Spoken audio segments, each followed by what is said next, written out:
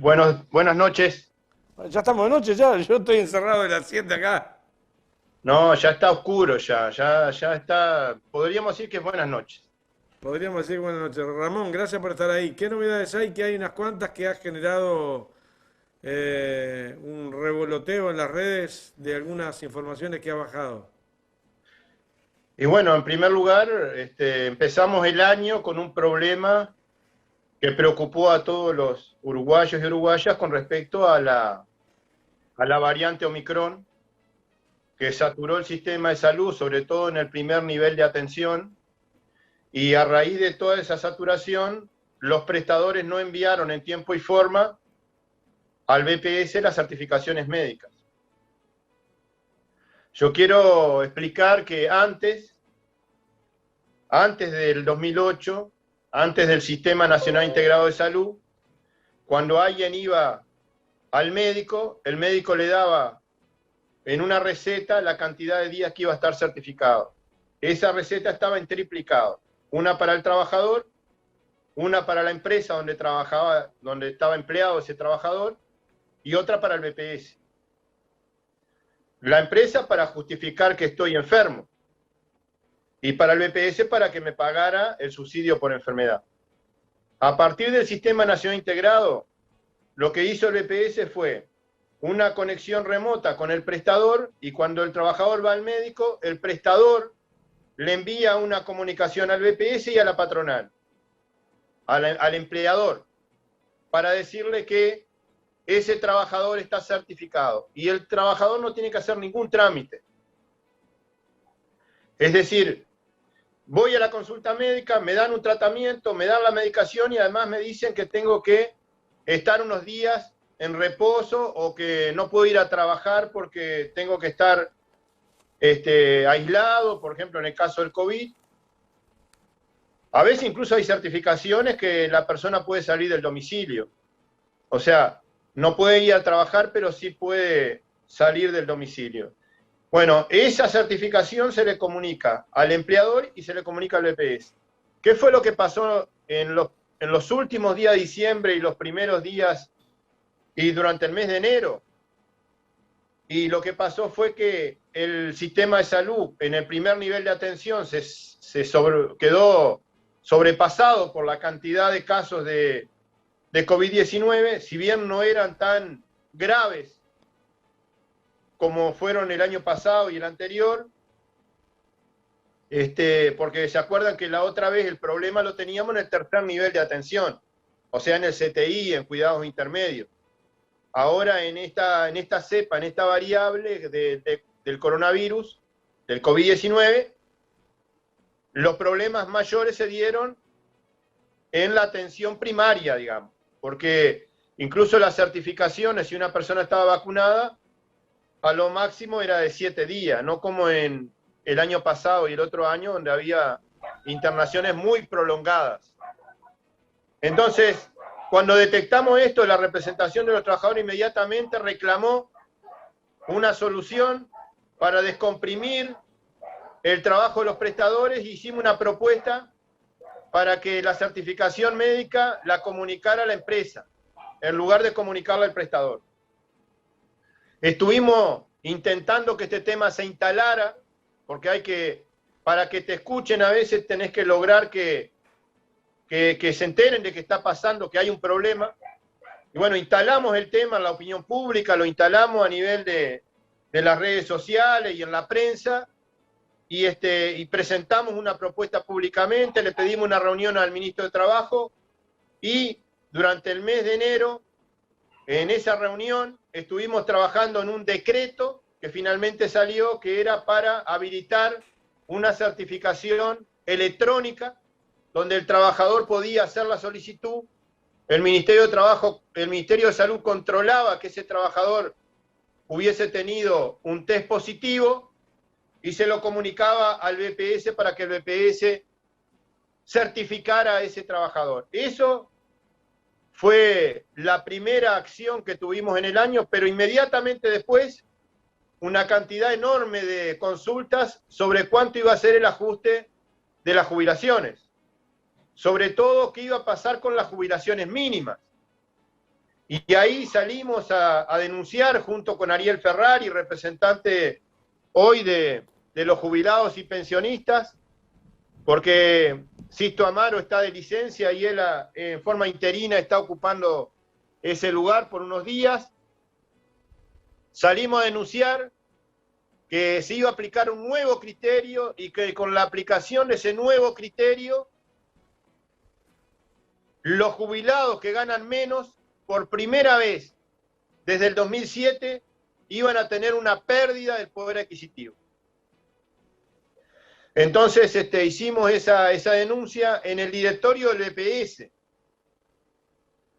Ariel Ferrari presentó una interpretación del decreto para no perjudicar a los jubilados que ganan menos, pero lamentablemente no pudimos convencer a la mayoría del directorio.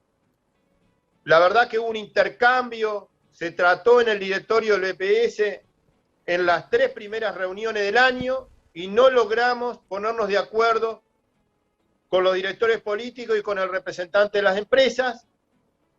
Y Ariel Ferrari planteó una propuesta en el sentido de hacerle una consulta al Poder Ejecutivo, una consulta para saber si el BPS estaba aplicando bien el decreto. En realidad lo que queríamos era que el Poder Ejecutivo dijera: vamos a seguir pagándole a los jubilados los 253 pesos porque no podemos ahorrar. Evitaba de perjudicar a los jubilados que ganan menos. Ariel propuso hacer una consulta al Poder Ejecutivo para que el Poder Ejecutivo nos dijera si estábamos como BPS aplicando bien el decreto, con la esperanza de que nos dijera de que no iba a ahorrar con los jubilados que ganan menos. Pero la mayoría del directorio resolvió no hacer esa consulta al Poder Ejecutivo. Nosotros lo que queríamos justamente es que el Poder Ejecutivo, el Presidente de la República, el Ministerio de Trabajo, se hiciera cargo, digamos, de que le iba a rebajar las jubilaciones a todos los jubilados, pero que los más perjudicados iban a ser aquellos jubilados que ganan la mínima.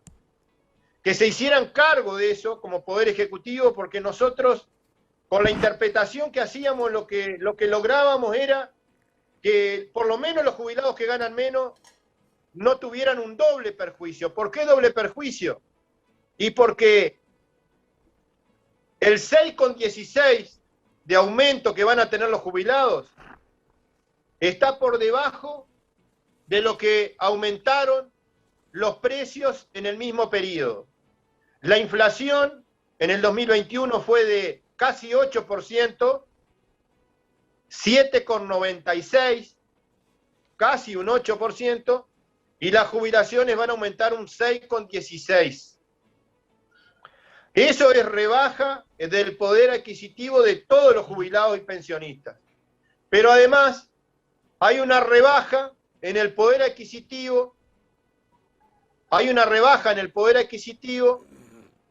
de los jubilados que ganan menos, porque no se le va a continuar pagando los 243,50 que se les dio en julio del año pasado. Es decir, que el ajuste del 6,16% no se le aplica sobre lo que ganaron en diciembre con los 243,50, sino que se le aplica sobre la jubilación que tenían antes de recibir los 253 pesos. Y eso tuvimos que salir, tuvimos que pelear, tuvimos que denunciar esto. Y bueno, por supuesto, queremos decir que si se hubiese aplicado la inflación a todos los jubilados, en lugar de aplicar el índice medio de salario, el gobierno tendría que haber invertido en los jubilados $100 millones.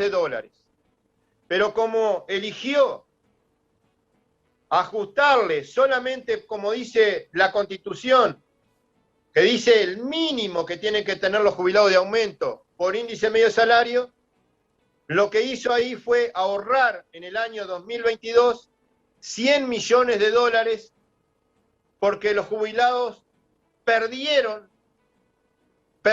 poder adquisitivo. Si se hubiese aplicado el IPC, el gobierno tendría que haber invertido 100 millones de dólares. No lo invirtió y ese fue el ahorro que logró. Pero además los 253 pesos que reciben 146.000 jubilados y pensionistas significa un ahorro de 10 millones de pesos en el 2022. O sea que el gobierno, en una medida equivocada, injusta, resolvió ahorrar con los jubilados y pensionistas, y lo que es peor, resolvió ahorrar con los jubilados y pensionistas que ganan la jubilación mínima, que ganan la pasividad mínima. Y bueno, no fue fácil enero, como podrás ver, porque estuvimos trabajando mucho para lograr que los trabajadores se pudieran certificar, trabajadores que estaban enfermos, ¿no? Sí, sí. Estuvimos defendiendo las jubilaciones y las pensiones mínimas y el aumento general de las jubilaciones.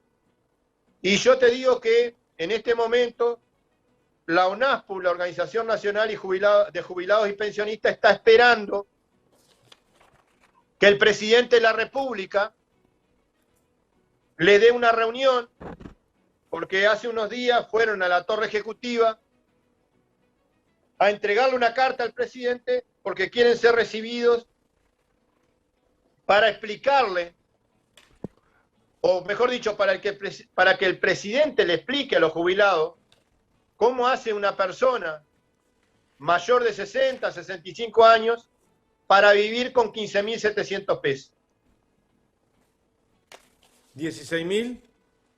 15.700 pesos es la jubilación mínima que hoy tenemos. Pero además,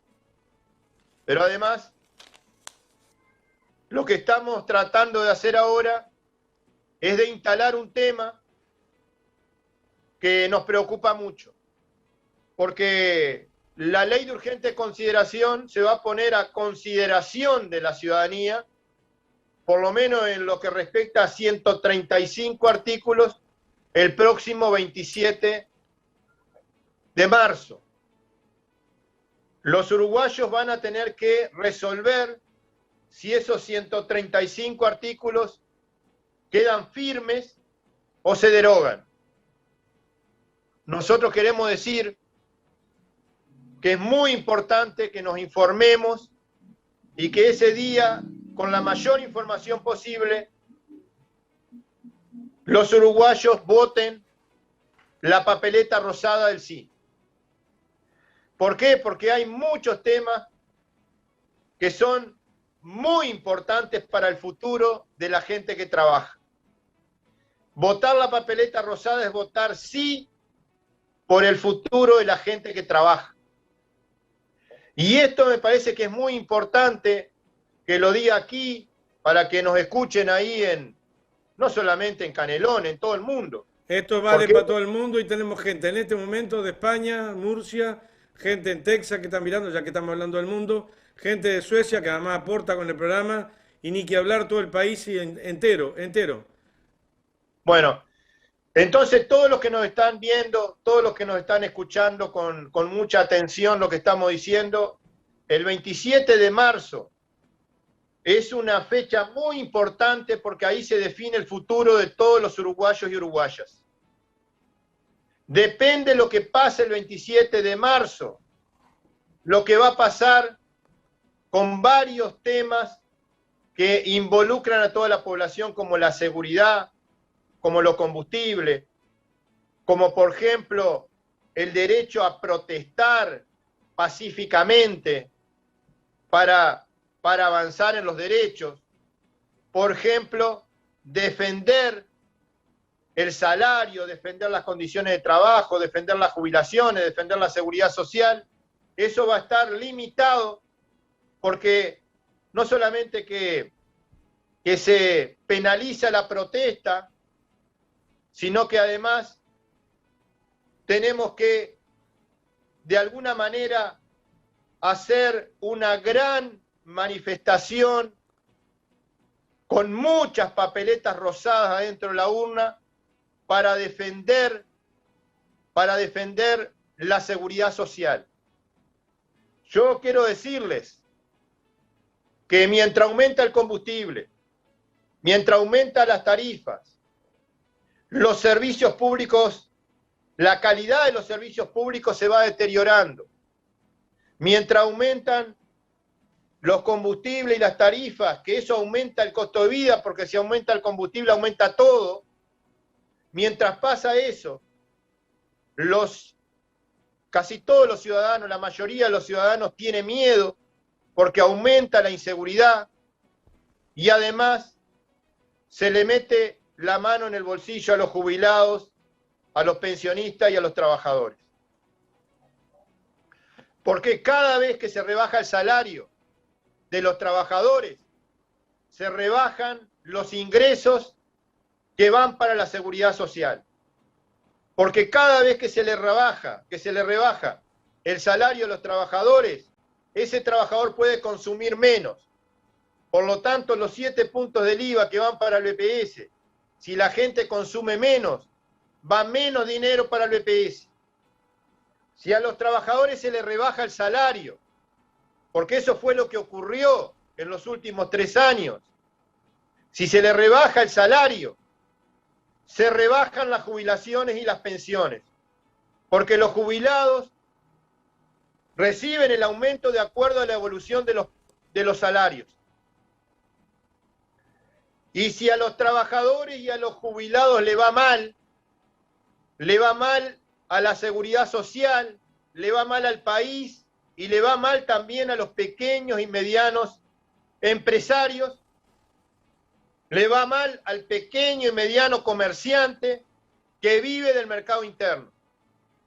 Porque las jubilaciones son muy bajas. Las jubilaciones son muy bajas, en general. Las pensiones son bajísimas. Los salarios son muy bajos. Entonces la gente con ese ingreso no tiene capacidad de ahorro. Vuelca todo lo que gana al mercado interno. Y si vuelca cada vez menos, los que se perjudican también con la rebaja de salario y con la pérdida del poder adquisitivo de los jubilados y pensionistas, es el pequeño y mediano empresario que vive del mercado interno. Por eso nosotros estamos preocupados por lo que se va a decidir el 27 de marzo. Hay un artículo de la ley, el 399, que lo que hizo fue lastimar la participación social en el BPS. Porque ahora una persona a título personal, a título individual, se puede presentar como candidato a director, y esa persona que se presenta con un proyecto individual no le va a rendir cuenta a nadie y va a estar como representante social en el BPS. Nosotros habíamos, a través del diálogo, logrado una modificación que decía que los directores, o mejor dicho, las personas que se presenten como candidato a director en el BPS tenían que ser personas representativas de una organización a nivel nacional y por lo menos de 2 actividades. La ley de urgente consideración permite que no sea así y que una persona con un proyecto individual que no responde a ninguna organización se presente como candidato en las elecciones del BPS. Y eso lastima la participación social, y ustedes saben bien que lo que hemos logrado en seguridad social en buena medida ha sido gracias a la participación social, porque fueron los directores sociales los que empujaron los cambios que se realizaron en la década anterior. Entonces, y porque además, yo quiero decirlo claramente, cuando no había representantes sociales, el BPS se utilizaba como un club político. los diputados, los senadores, los directores del EPS jubilaban gente que nunca había trabajado y que nunca había aportado por cuota política, para ganar elecciones, para ganar votos. Desde que está la representación social en el EPS, hemos logrado que el EPS sea más transparente, más profesional. Por supuesto que hay cosas para mejorar, pero le cambiamos la cara al EPS desde el día que en el directorio del EPS hubo un representante de los empresarios, uno de los trabajadores y uno de los jubilados. Le cambiamos al BPS la forma de gestionar, la forma de mirar la protección social. Empezamos a hablar en el directorio del BPS de que la seguridad social era un derecho humano y no de que la seguridad social estaba al servicio de los amigos. Entonces, ese cambio que hubo es porque había representantes sociales que eran representativos de organizaciones a nivel nacional, que representaban a los empresarios, a los jubilados y a los trabajadores. La ley de urgente consideración borra de un plumazo los avances que habíamos tenido en materia de participación social. Pero además en el articulado, dentro de esos 135 artículos que queremos derogar, hay artículos que quieren de alguna forma desmantelar la inclusión financiera. La inclusión financiera defiende a los empresarios que hacen las cosas bien, pero controla, vigila a los empresarios evasores.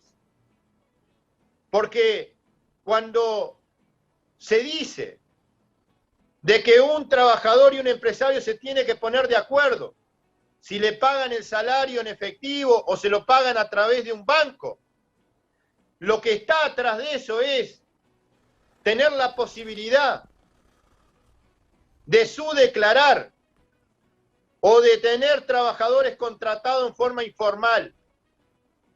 Porque si se le paga a través de la institución financiera, hay más garantías para todas las partes. Hay más transparencia. Y nosotros creemos que si el trabajador tiene que negociar con el empresario la forma en la que le paga el salario, seguramente el empresario le va a imponer las condiciones. Porque es muy difícil que un trabajador, en esa relación de poder que todos sabemos, donde la parte que contrata es la parte fuerte y la parte que vende su fuerza de trabajo es la parte débil.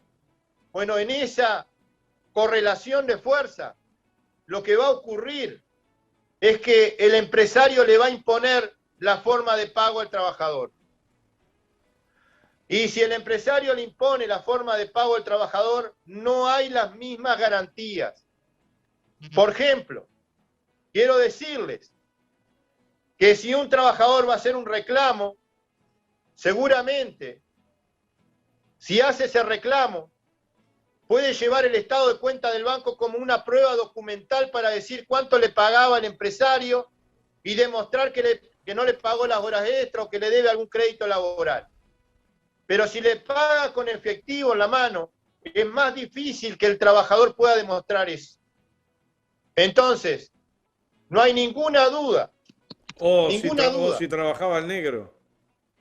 Por supuesto. Entonces, queremos decir que esos artículos de la inclusión financiera son artículos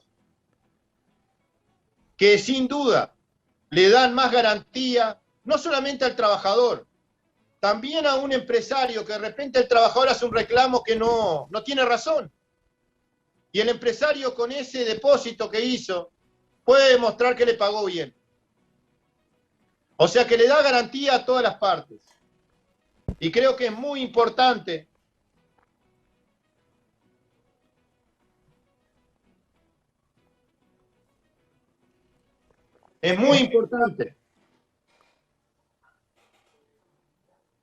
Estamos con dos cámaras. Y ahora estamos con una porque se me quedaba sin batería el celular y entré a la computadora para que no haya ningún corte en la comunicación. Bien, felicitaciones. Anda volando con la compu. ¿Y qué querés? Si no te ayudas, ¿sabes cómo es? Camarón que se duerme. Tenés que, a los golpes tenemos que aprender estas cosas, ¿no? Porque esto hace mucho que está, pero ahora llegó para quedarse, ¿no? Y posibilita que estemos hablando, estando con unos cuantos kilómetros de diferencia, sobre un tema importante como es el referéndum que se va a realizar el 27 de marzo. Pero yo te decía recién hablaba de un artículo que tiene que ver con la seguridad social. Y te hablaba de otros artículos que están indirectamente relacionados con la seguridad social. Ahora, hay artículos que no van a estar a consideración de la gente, que inclusive no están, temas que no están en la ley de urgente consideración, y que son importantes discutir ahora, antes del 27 de marzo. ¿Cómo cuáles?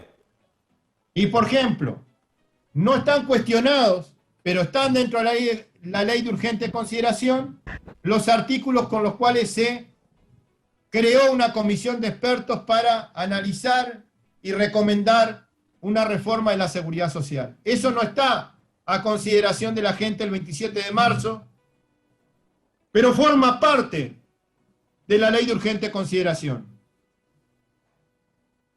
Y las recomendaciones de esa comisión de expertos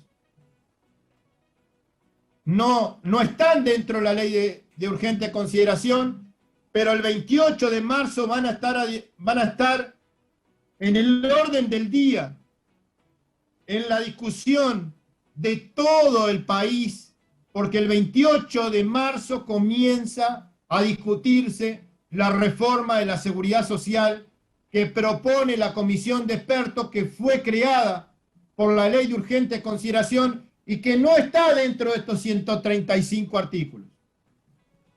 Entonces es muy importante hablar de los artículos que están en la ley, hablar de los artículos que indirectamente impactan y además impactan negativamente en la seguridad social, y también decir que como una onda expansiva de la ley de urgente consideración, como una consecuencia de algunos artículos de la ley de urgente consideración, el 28 de marzo los uruguayos van a estar discutiendo una reforma de la seguridad social. Y esa reforma que vamos a discutir es la reforma que proponen la mayoría de los expertos que responden al Poder Ejecutivo y a los partidos que hoy están en la coalición de gobierno. La mayoría conformada por representantes del Poder Ejecutivo y por representantes de los partidos que hoy gobiernan, votaron en la comisión de expertos por mayoría una recomendación que se va a poner a consideración del Parlamento seguramente el próximo 28 de marzo. Porque al otro día del referéndum comienza la discusión de la reforma de la seguridad social. ¿Por qué al otro día? Porque el gobierno resolvió que antes del 27 no quiere hablar de esa reforma. ¿Por qué no quiere hablar de esa reforma? Porque las recomendaciones que hacen los expertos van a perjudicar a la mayoría de los trabajadores. Y van a perjudicar no solamente a los trabajadores, sino que van a perjudicar a los futuros jubilados. Porque vamos a tener que trabajar más años, mejor dicho, vamos a tener que esperar más años para jubilarnos, a veces sin trabajar, porque nadie nos va a dar trabajo a los 62, a los 63, a los 64 años. Vamos a tener que esperar más tiempo para jubilarnos y nos vamos a jubilar peor. Pero nadie dice ahora, antes del 27, que la comisión de expertos que creó la LUC propone que la gente trabaje más, o que la gente, en lugar de jubilarse a los 60, la gente que trabaja se va a tener que jubilar a los 65 años. Entonces nosotros estamos diciendo que el 27 de marzo, el resultado del 27 de marzo, define el futuro de la seguridad social. Y yo me animo a decir que si gana el no, hay una alta probabilidad de que aumenten la edad de retiro, porque los mismos que apoyan la papeleta del no son los mismos que en la comisión de expertos votaron la recomendación y se jubilan peor. Así que en estas horas estamos transmitiendo este mensaje, esta reflexión, para que la gente se informe, para que la gente piense, para que la gente decida lo que es mejor para la grandes mayoría de nuestro país. ¿Por qué estamos diciendo esto? Y porque nosotros entendemos de que no hay que pensar solamente en el sí y en el no, sino que hay que pensar en las consecuencias que va a tener mi voto, el voto del 27 de marzo. El voto del 27 de marzo define el futuro de los uruguayos y de las uruguayas. El voto del 27 de marzo define el futuro de la seguridad social. Así que eso es un poco lo que estamos transmitiendo en estas horas, porque tú sabes bien que nosotros cuando tenemos que avisar que algo va a pasar, no nos quedamos callados y lo decimos. Dijimos que era lo que iba a pasar, porque había dos proyectos de país, dijimos, no vamos a decir a quién hay que votar, pero este propone esto y este propone lo otro. Y bueno, y la gente decidió. Bueno, ahora viene una jornada cívica muy importante. Y nosotros estamos diciendo que esa jornada cívica, o mejor dicho, el resultado de esa consulta popular va a definir el futuro del país, el futuro de la gente que trabaja en este país. Gracias, Ramón. Muchísimas gracias. Tendremos en cuenta a Carlos Clavijo en la que viene, a ver si podemos sacarlo la semana que viene o la otra, no más de ahí, porque ha sido más que esclarecedor. Yo le pediría a los compatriotas que están mirando el programa que lo compartan por miles. Hoy habló a EBU, los trabajadores, hablaron Pintos de Paysandú y ahora Ramón Ruiz, director de BPS en representación de los trabajadores, exhaustivamente y muy contundente con la preocupación si llega a ganar el sí o ganar el no. Y me parece más que honesto intelectualmente avisarle a los jubilados, a los trabajadores en particular, qué es lo que se juega este 27. Muchísimas gracias, Ramón. Bueno, muchísimas gracias a ustedes. Y en los próximos días vamos a tratar de hablar, y seguramente Carlos va a estar en el programa y se va a poder desarrollar con más profundidad dos temas importantes y muy caros para nuestra sociedad: la discapacidad y el sistema de cuidado. En el mes de marzo, la representación de los trabajadores va a tratar, como ha tratado en enero, de defender las jubilaciones mínimas. Ahora, de explicar qué es lo que nos estamos jugando con el referéndum del 27 de marzo, y vamos a seguir, por supuesto, hasta el 27 de marzo hablando con la gente, pero además en marzo vamos a incorporar dos dimensiones de la seguridad social, o de la protección social, mejor dicho. Una, el sistema de cuidado, que cada vez hay más preocupación porque es incierto hacia dónde va el sistema de cuidado. Hay mucha preocupación en los asistentes personales. Hay gente que no sabe si va a seguir trabajando. Y bueno, y en el tema de la discapacidad estamos recorriendo el país y en todos los departamentos la gente se queja porque no le otorgan la pensión o porque se la revisan y se la quitan. Entonces estamos estudiando ese tema para desarrollarlo, esos dos temas, durante el mes de marzo. Gracias, Ramón.